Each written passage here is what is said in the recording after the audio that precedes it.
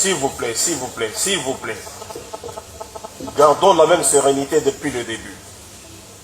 Ne perturbons pas l'audience par cette présence massive des avocats qui sont derrière vous. Je ne sais pas si c'est seulement pour paraître ou bien c'est pour le dernier mot. D'ailleurs, il pouvait même être seul. Non, le dernier mot. Pour le dernier mot. On assiste. Mais pour le dernier mot. Oui, c'est très important. Bien. Même quand vous êtes assis, vous l'assistez.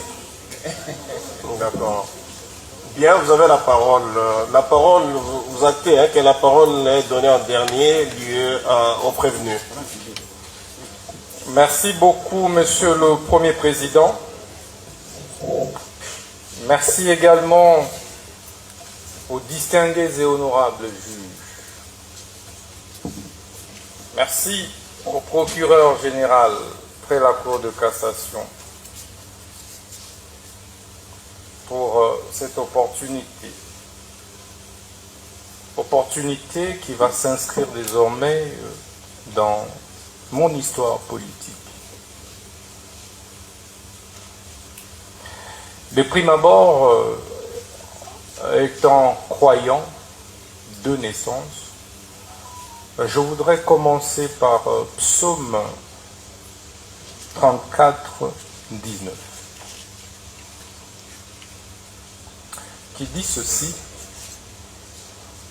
le malheur atteint souvent les justes, et Dieu l'en délivre toujours. Le Dieu que je sers depuis mon enfance, avec sincérité, celui pour qui j'ai refusé de me compromettre au ministère de la Justice,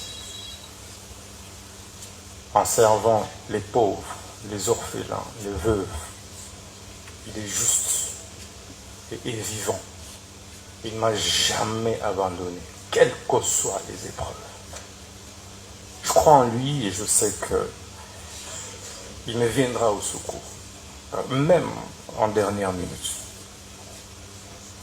C'est pourquoi, Monsieur le Premier Président, je veux également dire que l'histoire me rétablira et Dieu de mes ancêtres me rétablira et me justifiera, je veux dire.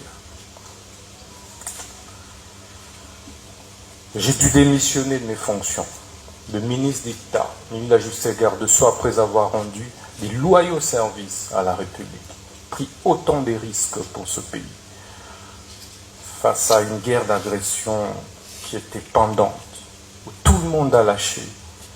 J'ai tenu bon et prêt à donner de ma vie pour cette République.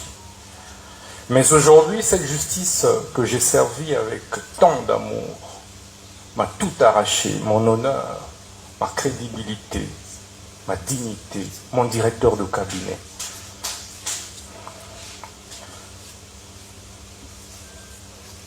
Mais il y a un adage, un dicton russe qui dit que ceux dont le destin est défini pendu ne se noient pas.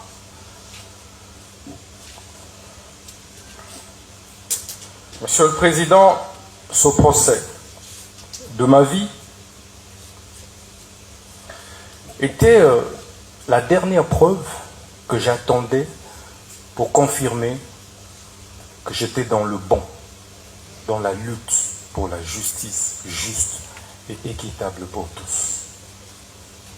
Ça ne me serait pas arrivé, je douterais de moi et de la lutte que j'ai menée depuis l'école, où j'ai créé, alors que je n'avais que 15 ans, l'association de lutte contre la tricherie.